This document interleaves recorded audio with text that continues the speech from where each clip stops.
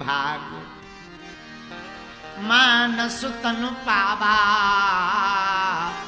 सुर दुर्लभ सद ग्रंथ गावा। बड़े भाग्य से मनुष्य तन मिलता है भैया। मनुष्य तन मिलना बहुत कठिन है। एक बात बोले, कह दो बोलो, अरे जोर से तो कहो। सुनो, जिंदगी में आपने जो मनुष्य तन पाया ना, इस पे इतराओ, विचार करो। आप भैंसिया बने होते तो क्या होता?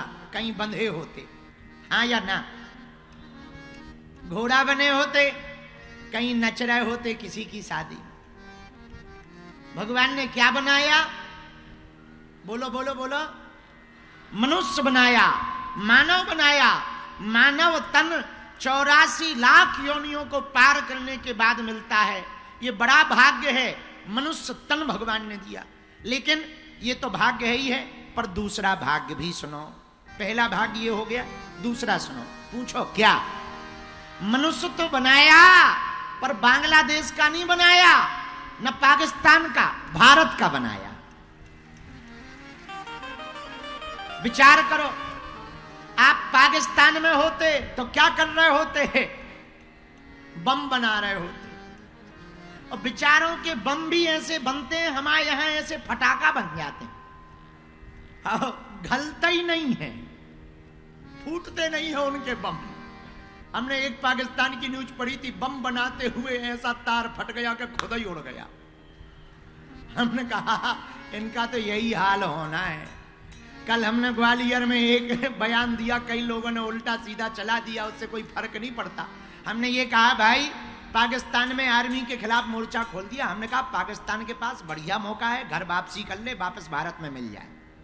अब बेटा बाप से नहीं मिलेगा तो क्या अंकल से मिलेगा? क्या गलत कहा? तो विचार करो, पहला भाग्य मनुष्य तन बनाया, बोलो हाँ या ना? पर दूसरा भाग्य क्या? भारत का मनुष्य बनाया। कहां का? बोलो बोलो बोलो। अच्छा विचार करो, चाइना के बने होते, छोटी छोटी सी आंखें, छोटा सा एक फोटो कॉपी जैसा चेहरा।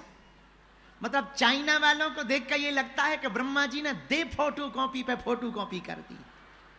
हाँ, एक बार हमने लॉकडाउन में चाइना वालों का चैनल देख लिया, हमारा तो दिमाग ही खराब, समझ ही में नहीं आ रहा था कि पूरी फिल्म में हीरो कौन है। वही विलन लगे, वही हीरो लगे, वही बिटिया को बाप लगे, और वैसे ही पड़ोसी लगे। अरे हमका सब एक थे। तब हमें रात को यही समझ में आया कि ब्रह्मा जी ने चाइना वालों को फोटो कॉपी मसक दिया है। अच्छा विचार करो, चाइना के बने होते, दे फोटो कॉपी पे फोटो कॉपी, छोटी छोटी आंखें कर रहे होते, चिंग चांग चांग चांग चमा चांग।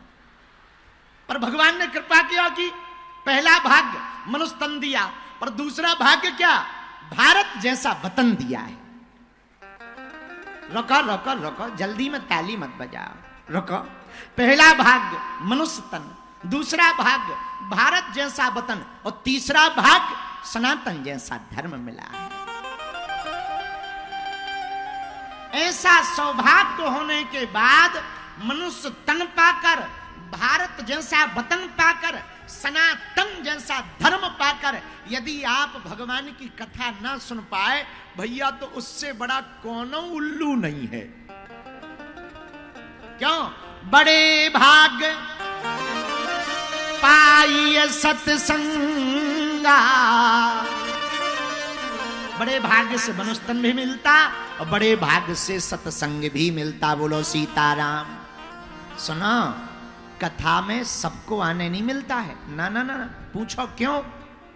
यदि सबका ही बेड़ा पार हो जाएगा तो नरक की दुकान बंद ना हो जाएगी। हाँ, बोले कथा में कौन आता है? बोले सुनो, आहा,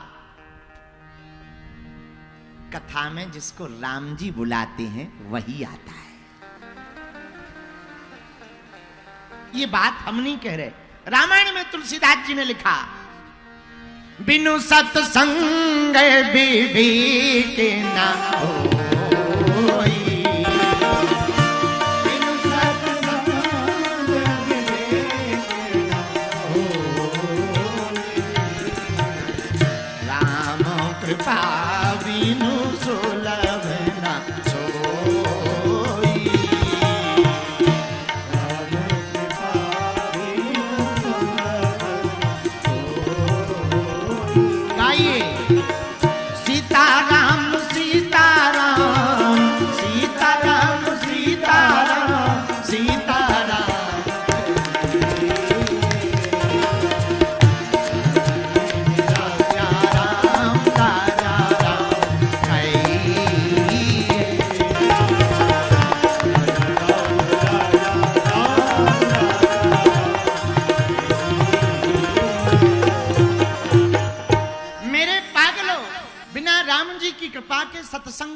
समझना मुश्किल है। जिनको भी सत्संग में आने का मौका मिला, समझ जाना तुम नहीं आए, तुम्हें तुम्हारे राम जी ने बुलाया है। सुकृत पुण्य उदय हुए। चौथी बात सुनो, इतना भाग्य तो आपका हो ही गया। अब जो कथा सुन रहे तुम कान खोलकर भैया सुनो। एक साधु थे, महात्मा, नदी के किनारे बैठे थे। एक हमारा चेला है, आजकल रायपुर में ही रहता है, नाम है चंगीलाल। रायपुर का हमारा चेला चंगीलाल महात्मा के पास गया। महाराज, नदी के किनारे आप कल से बैठे हुए हो, क्या बात है?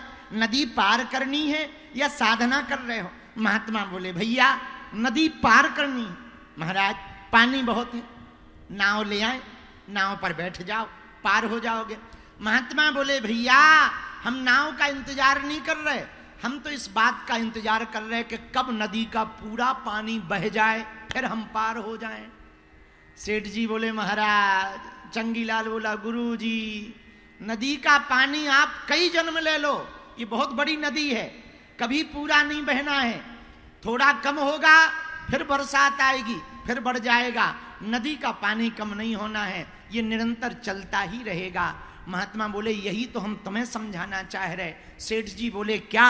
महात्मा बोले, चेले एक बात कहें, तुम कहते हो कल कथा सुनेंगे, परसों कथा सुनेंगे, आज का काम कर लें, कल का काम कर लें, बेटी का विवाह कर लें, फिर भजन करेंगे, बेटा की नौकरी लग जाए, फिर भजन करेंगे, पोती पोता का मुंह देख लें, फिर भजन करेंगे। अरे सेठ जी, अरे चंगीलाल, ये जिंदगी है, एक ना एक काम लगा ही रहेगा, कभी काम पूरे नहीं होंगे। जैसे नदी का पूरा पानी नहीं बह सकता, वैसे काम भी कभी पूरे नहीं हो सकते।